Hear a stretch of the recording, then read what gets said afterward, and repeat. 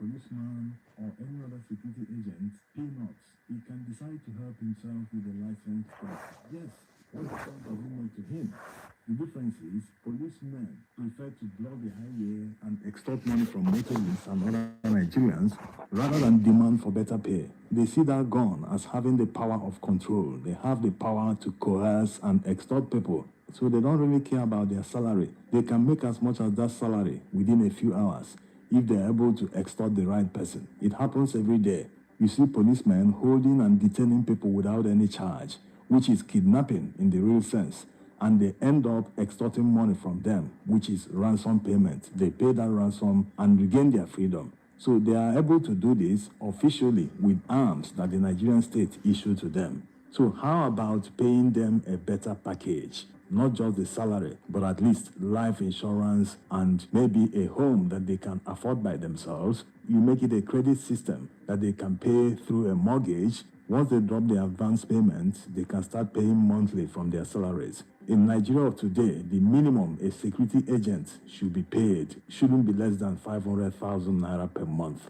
But Nigerian politicians earn more than this by a far margin, and they turn around and pay the people that protect them, soldiers, policemen, SSS, other security agents. They are the ones that act as bodyguards to politicians. They pay them peanuts and other handouts while earning millions and billions, including the ones they siphon.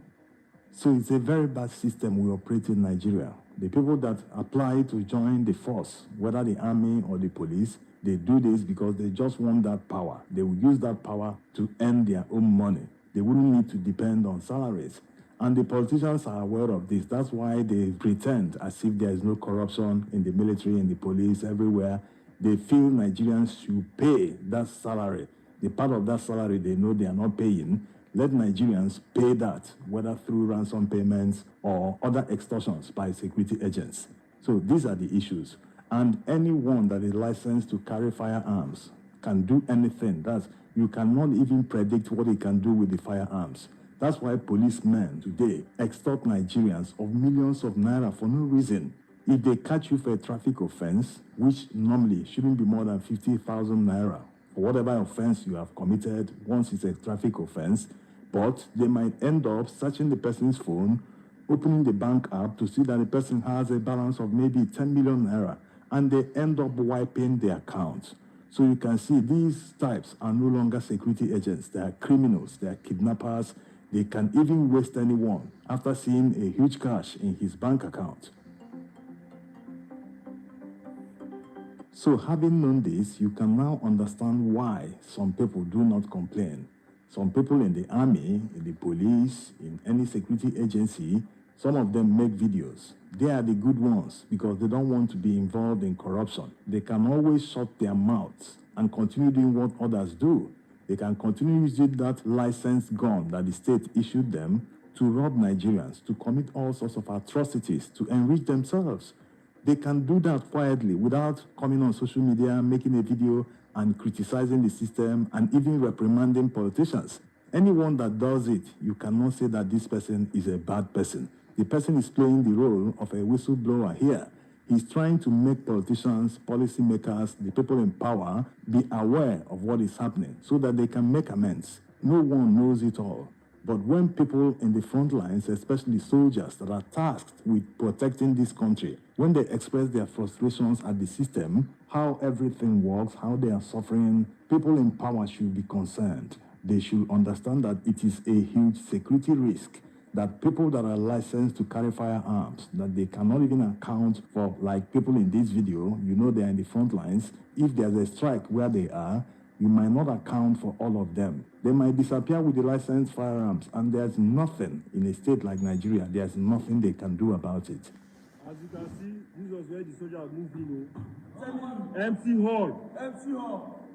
One captain just came out from no angle. All they said, captain. What was that? Is it captain for follow? Is it fire here? Is it fire what? Empty hall. Nothing is inside this hall. He chased all the soldiers out. This is Zamfara.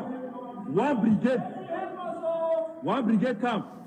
He came in, chased all the soldiers out, that they should go and sleep outside, where there are reptiles.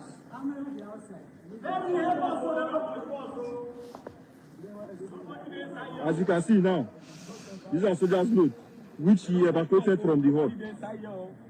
Outside, there's someone go sleep. Where one fall? Outside. What's your white person yesterday for it? Left an empty hall. Snake yesterday. And there are a lot of reptiles in this bush, in this outside.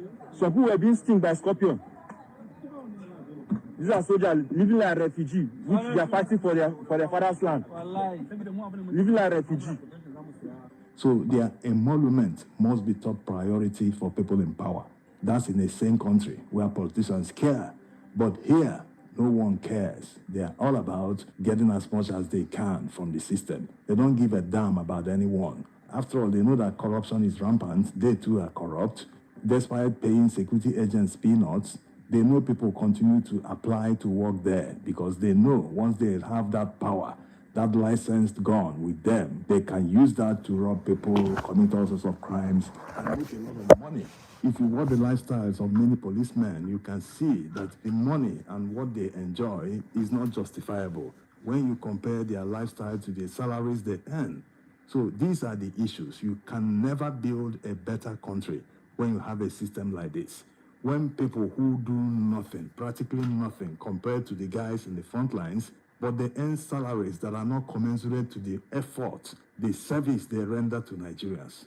In same countries, the amount of money you earn as wages must be commensurate to the effort, to the service you deliver.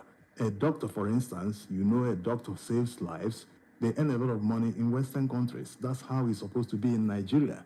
In Nigeria, doctors are paid peanuts.